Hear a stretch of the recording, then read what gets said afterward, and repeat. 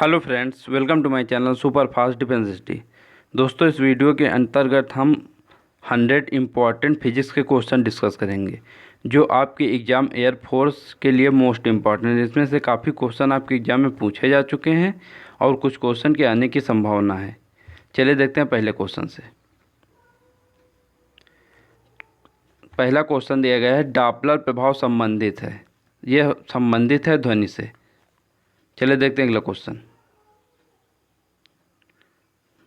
Friend, इसमें केवल हम क्वेश्चन पढ़ेंगे और डायरेक्ट आंसर बताएंगे, क्योंकि आप लोगों की ये रिवीजन क्लास है। हमने फिजिक्स के टॉप 200 क्वेश्चन की सीरीज में इन सभी क्वेश्चनों को डिस्कस किया है। ओके, जिसने भी हमारी सीरीज़ देखी है उसको ये सारे क्वेश्चन बिल्कुल रट जाएंगे। सो प्लीज़, जिसको भी अच्छा लगे वीडियो लाइक कर दीजिएगा और चैनल को सब्सक्राइब जरूर कर लीजिएगा। ध्वनि तरंगें किसके कारण प्रतिध्वनि उत्पन्न करती हैं? ये उत्पन्न करती हैं परावर्तन के कारण। अगला क्वेश्चन दिया गया, ध्वनि तरंगों की प्रकृति होती है। आपको बताना है ध्वनि तरंगे कैसी होती है। ध्वनि तरंगे होती है अनुदैर्घ्य तरंगे। चलिए देखते हैं अगला क्वेश्चन। अगला क्वेश्चन है, यदि किसी स्थान के तापमान में वृद्धि होती है तो आपेक्षिक आर्द्रता क्या होगी? इसमें आपेक्षिक आर्द्रता घटती है। ओके, नेक्स्ट क्वेश्चन है, ठोस से द्रव्य में पदार्थ के अवस्था परिवर्तन को कहते हैं। इसमें कहते हैं गलन। अगला क्वेश्चन देखिए, आणविक संगठन के द्वारा ऊष्मा का संप्रेषण क्या कहलाता है? ये ऊष्मा का संप्रेषण कहलाता है संवहन। अगला क्वेश्चन दिया है, निम्न में से किसके द्वारा अधिक ज्वलन पैदा होती है? अगर जो आप भाप से जलोगे तो सबसे अधिक जलन पैदा होगी, तो इसको आप याद रखिए। अगला क्वेश्चन दिया गया, ऊष्मा का सबसे अच्छा चालक है। ऊष्मा का सबसे अच्छा चालक होता है चांदी। बर्फ पर दाब बढ़ाने से उसका गलनांक क्या होता है? बर्फ पर दाब बढ़ाने से उसका गलनांक घट जाएगा। एक हार्स पावर कितने वाट के बराबर होता है? ये होता है 746 वाट के बराबर।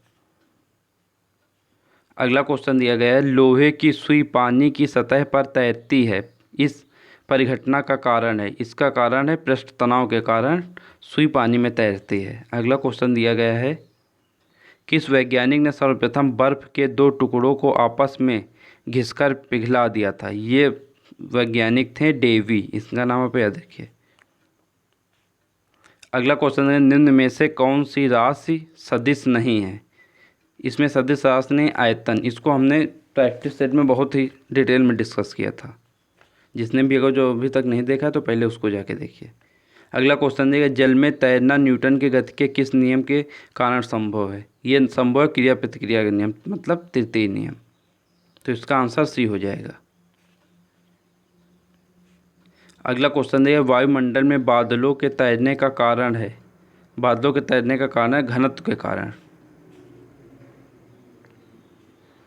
अगला क्वेश्चन है, दूध से क्रीम निकालने में कौन सा बल लगता है? ये लगता है अपकेंद्र बल।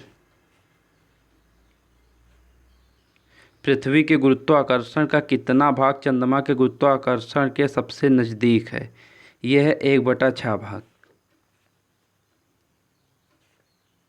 अगला क्वेश्चन है, निम्न में से कौन सबसे अधिक प्रत्यास्थ है? सबसे अधिक प्रत्यास्थ है स्टील। अगला क्वेश्चन है, रॉकेट किसके सिद्धांत पर कार्य करती है? आपको बताना रॉकेट किस सिद्धांत पर कार्य करती है। रॉकेट कार्य करती है संवेग संरक्षण पर। तो इसका आंसर सी हो जाएगा। अगला क्वेश्चन है, पदार्थ के संवेग और वेग के अनुपात से कौन सी भौतिक राशि प्राप्त होती है? यह प्राप्त होती है द्रव्यमान। अगला क्वेश्चन है, निम्न में से कौन एक सदिश राशि नहीं है? आपको बताना है इसमें सदिश राशि कौन नहीं है चारों में। इसमें द्रव्यमान अदिश राशि है। अगला क्वेश्चन दिया गया है, एम्पियर क्या नापने की इकाई है? एम्पियर से करंट नापी जाती है। करंट मीन्स धारा। अगला क्वेश्चन दिया गया है, एसआई पद्धति में लेंस की शक्ति की इकाई क्या है? लेंस की शक्ति को डायोप्टर बोलते हैं। तो इसमें सी ऑप्शन हो जाएगा। अगला क्वेश्चन देगा निम्न में से समय कौन सा मात्रक नहीं है। समय का आपको बताना है इसमें कौन सा मात्रक नहीं। प्रकाश वर्ष ये दूरी का मात्रक होता है। ओके, तो ए आंसर सही हो जाएगा। अगला क्वेश्चन देगा पारसेक इकाई है, ये दूरी की सबसे बड़ी इकाई है, ये भी याद रखिए। ओके, पारसेक दूरी की और ये सबसे बड़ी है। चलिए देखते हैं अगले क्वेश्चन। अगला क्वेश्चन है कार्य का मात्रक है, आपको कार्य का मात्रक बताना है। कार्य का मात्रक होता है काजू से हमने याद करवाया था, कार्य का मात्रक होता है जूल। काजू याद रखिए आप, मात्रक अपने मन से निकल आएगा। अगला क्वेश्चन देगा निम्न में से किसके कारण किसका उपयोग खाना बनाने वाले ईंधन के रूप में किया जाता है। खाना पकाने वाली गैस कौन सी होती है, ये होती है सीएनजी, यही गाड़ियों में भी भरी जाती है। अगला क्वेश्चन देगा सौर सेल सौर ऊर्जा को किस रूप में रूपांतरित करता है, ये करता है विद्युत ऊर्जा में, तो इसका ए आंसर हो जाएगा। अगला क्वेश्चन देगा सौर सेल बनाने के लिए किस धातु का उपयोग किया जाता है, ये किया जाता है सिलिकॉन का। अगला क्वेश्चन ऊर्जा के सभी रूपों में अनंतता स्रोत किसे माना जाता है, ये माना जाता है सूर्य को।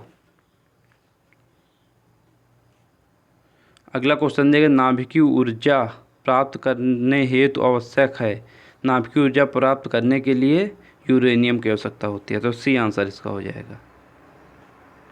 अगला क्वेश्चन है विद्युत चुंबकीय प्रेरण की खोज किसने की थी। विद्युत चुंबकीय प्रेरण की खोज की थी फराडे के विद्युत चुंबकीय प्रेरण के नियम। ओके, तो फराडे इसका आंसर हो जाएगा। अगला क्वेश्चन देगा डायनमो से किस प्रकार की धारा प्राप्त होती है। डायनमो से डिस्ट धारा प्राप्त होती है, इसका आंसर ए हो जाएगा। अगला क्वेश्चन देगा अत्यधिक ऊंचाई पर आकाश में वायुयान के सफ़र करने पर आकाश का रंग कैसा दिखाई देता है, वहाँ का रंग काला दिखाई देता है, तो आंसर बी हो जाएगा। अगला क्वेश्चन है मानव नेत्र में होता है, मानव नेत्र में उत्तल लेंस होता है, तो इसका सी आंसर हो जाएगा। तेज प्रकाश में पुतली का आकार कैसा हो जाता है, पुतली का आकार छोटा हो जाता है। दोस्तों अगर जो क्वेश्चन आपको अच्छे लग रहे हो तो प्लीज़ वीडियो को लाइक कर दीजिएगा और चैनल को सब्सक्राइब कर लीजिएगा। अगला क्वेश्चन देगा निकट दृष्टि दोष वाला व्यक्ति के चश्मे में लगा होता है, इसमें लगा होता है अवतल लेंस, तो इसका बी आंसर सही हो जाएगा। अगला क्वेश्चन है प्रतिरोधकता का मात्रक है, प्रतिरोधकता का मात्रक होता है ओम मीटर, इसका ए आंसर सही हो जाएगा। अगला क्वेश्चन देगा किलोवाट घंटा मात्रक है, किलोवाट घंटा मात्रक है ऊर्जा का। अगला क्वेश्चन है सिनेमा के पर्दों पर किस प्रकार का प्रतिबिंब बनता है, इसमें बनता है वास्तविक प्रतिबिंब। किस नेत्र का निकट बिंदु होता है, निकट बिंदु होता है 25 सेंटीमीटर। अगर जो यही आपसे दूर बिंदु पूछ ले तो दूर बिंदु अनंत होता है, कन्फ्यूज नहीं होएगा। दूर बिंदु और निकट बिंदु दोनों अलग अलग होते हैं।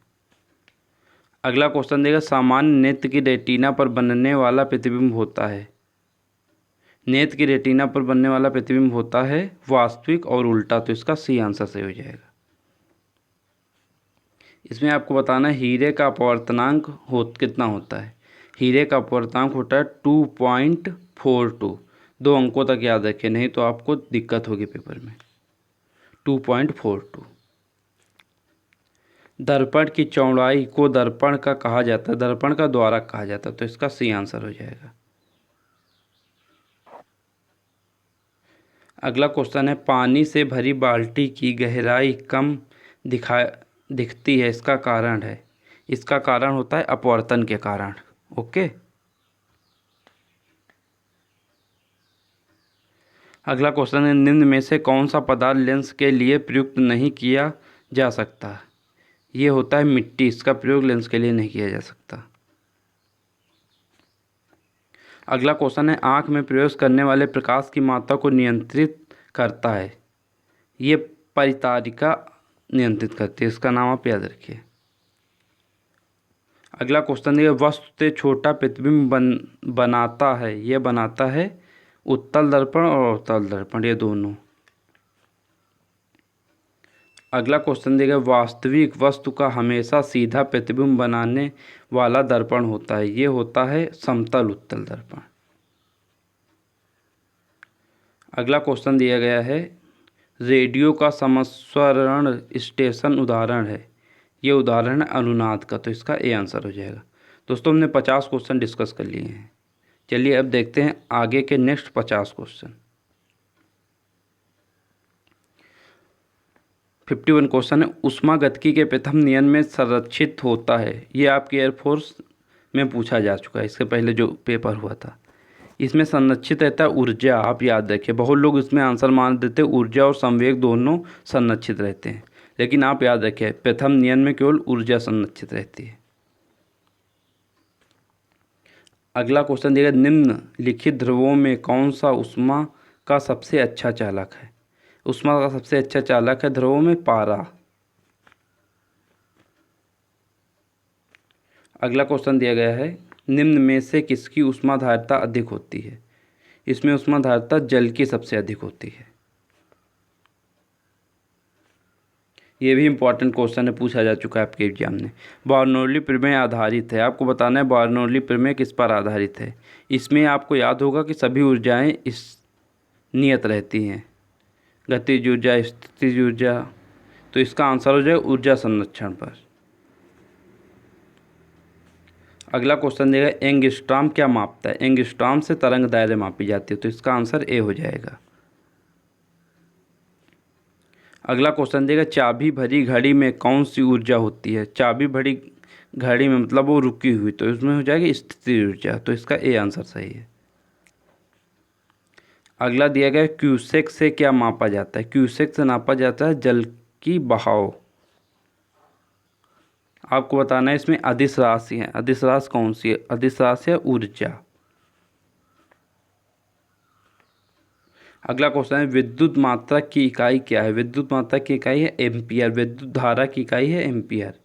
मात्रक नहीं या धारा कर लीजिए। अगला क्वेश्चन दिया गया, मात्रकों की अंतर्राष्ट्रीय पद्धति कब लागू की गई थी। ये लागू की गई थी 1971 में, तो इसका बी आंसर हो जाएगा। प्रकाश वर्ष इकाई है, ये इकाई है दूरी की। Most important question for air force. अगला क्वेश्चन दिया, निम्न में से कौन नवीकरणीय ऊर्जा है। नवीकरणीय ऊर्जा सौर ऊर्जा, ओके, सोलर एनर्जी।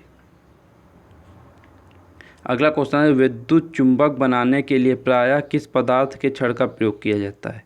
इसमें प्रयोग किया जाता है नर्म लोहे का। अगला क्वेश्चन दिएगा, व्यावसायिक मोटरों में किस प्रकार के चुंबक का प्रयोग किया जाता है। इसमें प्रयोग किया जाता है विद्युत चुंबक का। वास्तविक सूर्यास्त और आभासी सूर्यास्त के बीच लगभग कितना समय का अंतर होता है। इसमें अंतर होता है 2 मिनट का। अगला क्वेश्चन देगा, मानव नेत्र में जो बिंदु प्रकाश के लिए बिल्कुल सुग्राही नहीं रहता होता है उसे कहते हैं। ये इसको कहते हैं अंध बिंदु। ये सुग्राही नहीं होता, मान लो किसी काम का नहीं, अंधा है, अंध बिंदु, ऐसे आप याद रखिए। ये इंपॉर्टेंट क्वेश्चन है। अगला क्वेश्चन है, तेज प्रकाश में पुतली का आकार कैसा हो जाता है।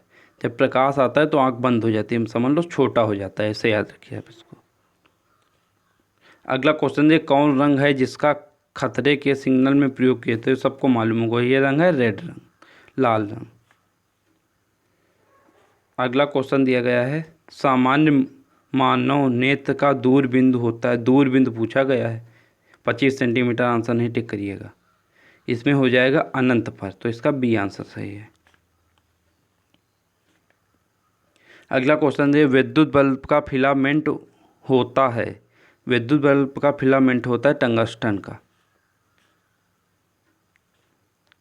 अगला क्वेश्चन है, नेत्र लेंस में समायोजन की क्रिया होती है। ये होती है सिलेरी पेशियों द्वारा। अगला क्वेश्चन यह, टॉर्च से किस प्रकार के प्रकाश पुंज की प्राप्त होती है। टॉर्च से संतप्त प्रकाश पुंज की प्राप्त होती है। अगला क्वेश्चन देगा, सोलर कुकर में प्रयोग किए जाते हैं। सोलर कुकर में प्रयोग किया जाता है अवतल दर्पण का। अगला क्वेश्चन देखो, उत्तल लेंस की क्षमता होती है। उत्तल लेंस की क्षमता होती है धनात्मक। तो इसका बी आंसर सही हो जाएगा। यदि दर्पण में बना प्रतिबिंब हमेशा सीधा आकार में वस्तु के बराबर है तो दर्पण है। दर्पण समतल है। चलिए देखते हैं अगला क्वेश्चन। अगला क्वेश्चन है प्रकाश के परावर्तन के नियम के अनुसार इसमें होता है आपतन कोण परावर्तन कोण के बराबर होता है। वास्तविक वस्तु का आभासी प्रतिबिंब बनता है, ये बनता है समतल दर्पण में। सूर्योदय और सूर्यास्त के समय सूर्य का गोल दिखता है, ये दिखता है चपटा। जो गोला होता है चपटा दिखता है। अगला क्वेश्चन है रोगियों के नाक कान गले आदि की जांच के लिए डॉक्टर प्रयोग करते हैं। देखिए नाक कान, मान लो निकट की वस्तु देखना होता है तो निकट के लिए होता है 3 अक्षर वाला, तो इसका आंसर हो जाएगा अवतल। तो इसका सी आंसर सही है।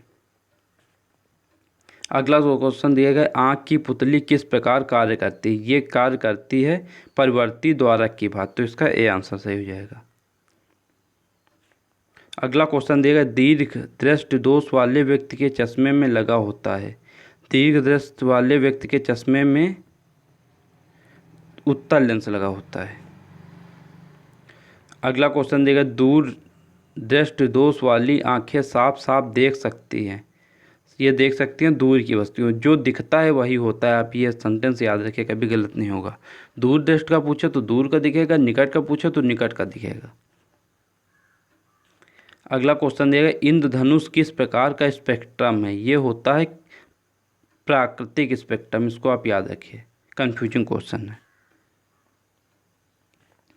अगला क्वेश्चन देगा चुंबकीय क्षेत्र का मात्रक होता है। चुंबकीय क्षेत्र का मात्रक होता है टेस्ला।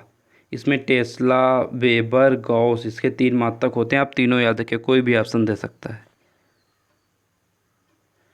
अगला क्वेश्चन देगा शारीरिक कार्यों को करने के लिए किस प्रकार की ऊर्जा का प्रयोग किया जाता है। इसमें पेशी ऊर्जा का प्रयोग किया जाता है। दोस्तों हमने 25 मिनट में सारे क्वेश्चन डिस्कस करने को कहा था। 100 क्वेश्चन आप लोगों को हमने 20 मिनट में ही डिस्कस कर दिया, जिससे आपका रिवीजन जल्दी से जल्दी हो सके। चलिए देखते हैं अगला क्वेश्चन। अगला क्वेश्चन दिया गया कौन सी प्रक्रिया प्रकाश और ध्वनि दोनों में घटित होती है। ये ध्रुवण है। अगला क्वेश्चन दिया किसी द्रव्य का उसके क्वथनांक से पूर्व उसके वाष्प में बदलने की प्रक्रिया को क्या कहते हैं। ये कहते हैं वाष्पीकरण। अगला क्वेश्चन दिया गया है ऊष्मा का सबसे अच्छा चालक है। ऊष्मा का सबसे अच्छा चालक होता है चांदी। अगर जो चांदी न देकर और भी ऑप्शन दे दे तो आप कंफ्यूज नहीं होइएगा। अगला क्वेश्चन दिया है किसी मनुष्य के शरीर का सामान्य ताप होता है। मनुष्य के शरीर का सामान्य ताप होता है 98 डिग्री, 98 डिग्री सेल्सियस या 98 फ़ारेनहाइट होता है और 37 डिग्री सेल्सियस। पैमाना आप ढंग से याद रखिए, कभी डिग्री सेल्सियस, फ़ारेनहाइट या केल्विन किसी में भी पूछ सकता है। अगला क्वेश्चन दिया गया निम्न में से किस द्रव्य का घनत्व सबसे कम होता है। ये होता है पेट्रोल का। अगला क्वेश्चन देगा सूर्य की ऊर्जा उत्पन्न होती है। सूर्य की ऊर्जा उत्पन्न होती है नाभिकीय संलयन द्वारा। अगला क्वेश्चन देगा श्यानता की इकाई है। श्यानता की इकाई है पॉइज। पॉइज होती है, पॉइजली आप ऑप्शन टिक नहीं करिएगा। ओके, इसमें कन्फ्यूजन बहुत होती है। आप याद रखिए श्यानता में देखिए कोई मात्रा नहीं लगे, ना छोटी की ना बड़ी होगी। इसी तरह पॉइज में भी वही है। अगला क्वेश्चन है वह कौन सा बल है जिसके कारण पिंड धरती के केंद्र की ओर खींचा जाता है। ये होता है गुरुत्वाकर्षण बल। अगला क्वेश्चन दिया गया पास्कल इकाई है। पास्कल दाब की इकाई होती है, तो इसका ए आंसर सही हो जाएगा। अगला क्वेश्चन है गुरुत्वाकर्षण के सार्वभौमिक नियम का प्रतिपादन किसने किया था। ये किया था न्यूटन ने।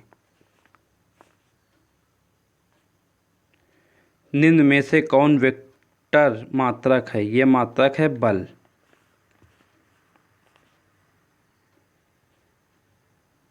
खाद्य ऊर्जा को हम किस इकाई में मापा जाता है। खाद्य ऊर्जा को हम कैलोरी में मापते हैं, तो इसका बी आंसर हो जाएगा। अगला क्वेश्चन देगा, डेनमार्क को कहा जाता है, डेनमार्क को कहा जाता है पवनों का देश। अगला क्वेश्चन है, मानव के वे दो महत्वपूर्ण भाग कौन है जिसमें चुंबकीय क्षेत्र का उत्पन्न होना अनिवार्य है। ये मानव के वो दो भाग हैं, हृदय तथा मस्तिष्क। यहाँ पर चुंबकीय क्षेत्र का उत्पन्न होना अनिवार्य है। अगला और लास्ट क्वेश्चन है, किसी वस्तु का प्रतिबिंब आँख के जिस भाग पर पड़ता है वो होता है रेटिना। यहीं पर किसी वस्तु का प्रतिबिंब बनता है। ओके, धन्यवाद दोस्तों। इस वीडियो में बस इतना ही। अगर जो आपको वीडियो अच्छा लगा हो तो प्लीज़ वीडियो को लाइक कर दीजिएगा और चैनल को सब्सक्राइब करना बिल्कुल ना भूलिएगा, जिससे आने वाले अगले वीडियो की नोटिफिकेशन आपको बहुत जल्द ही मिल जाए। धन्यवाद दोस्तों।